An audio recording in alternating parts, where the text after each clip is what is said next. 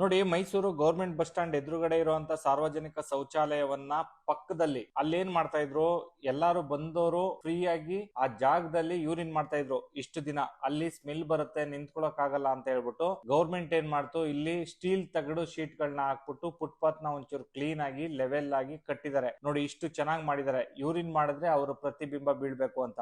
ಆದ್ರೆ ಇಲ್ಲಿ ಯಾಕೆ ಯೂರಿನ್ ಮಾಡ್ತಾ ಇದ್ರು ಅಂತ ನೀವು ಕೇಳೋದಾದ್ರೆ, ಅಲ್ಲಿ ಸಾರ್ವಜನಿಕ ಶೌಚಾಲಯದಲ್ಲಿ ದುಡ್ಡು ಕೊಟ್ಟು ಯೂರಿನ್ ಮಾಡ್ಬೇಕಿತ್ತು.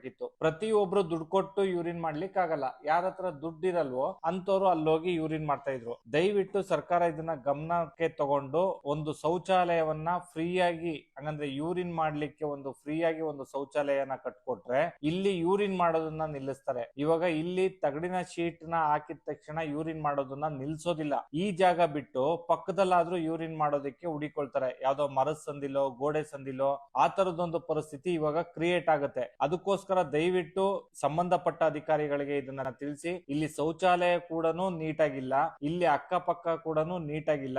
ಇದೊಂದು ತಗಡಿನ ಶೀಟ್ ಮಾಡ್ಬಿಟ್ಟು ಯೂರಿನ್ ಮಾಡ್ಬೇಡಿ ಅಂತ ಹೇಳಿದ್ರೆ ಜನಗಳು ಕೂಡ ಕೇಳೋದಿಲ್ಲ. ಯಾಕೆ ಅಂದ್ರೆ ಎಲ್ಲಾ ಊರಿಂದ ಬಂದು ಇಲ್ಲಿ ಬಸ್ ಹತ್ತದಾಗ್ಲಿ ಇಳಿಯೋದಾಗ್ಲಿ ಮಾಡೋದ್ರಿಂದ, ಜನಸಂಖ್ಯೆ ಜಾಸ್ತಿ ಇರೋದ್ರಿಂದ ಎಲ್ಲರೂ ದುಡ್ಡು ಕೊಟ್ಟು ಯೂರಿನ್ ಮಾಡ್ಲಿಕ್ಕೆ ಆಗೋದಿಲ್ಲ ಅನ್ನೋ ಕಾರಣಕ್ಕೆ ಅವರು ಇಲ್ಲಿ ರಸ್ತೆಗಳಲ್ಲಿ ಯೂರಿನ್ ಮಾಡ್ಲಿಕ್ಕೆ ಸ್ಟಾರ್ಟ್ ಮಾಡ್ತಾರೆ. ಅವಾಗ ಏನಾಗುತ್ತೆ, ಅಕ್ಕಪಕ್ಕ ಎಲ್ಲಾ ಕಡೆನೂ ಸ್ಮೆಲ್ ಬರುತ್ತೆ, ಮತ್ತೆ ಸೊಳ್ಳೆಗಳು ಬರುತ್ತೆ. ಆ ಸೊಳ್ಳೆ ಕಚ್ಚೋದ್ರಿಂದ ಎಲ್ಲಾರ್ಗೂ ಕಾಯಿಲೆಗಳು ಬರುತ್ತೆ. ದಯವಿಟ್ಟು ಇದನ್ನ ಸರ್ಕಾರ ಗಮನ ಹರಿಸಿ ಒಂದು ಉಚಿತ ಶೌಚಾಲಯವನ್ನ ನಿರ್ಮಿಸಿ ಕೊಡ್ಬೇಕು. ದಯವಿಟ್ಟು ಸಂಬಂಧಪಟ್ಟ ಅಧಿಕಾರಿಗಳಿಗೆ ಈ ವಿಡಿಯೋ ತಲುಪೋವರೆಗೂ ಶೇರ್ ಮಾಡಿ.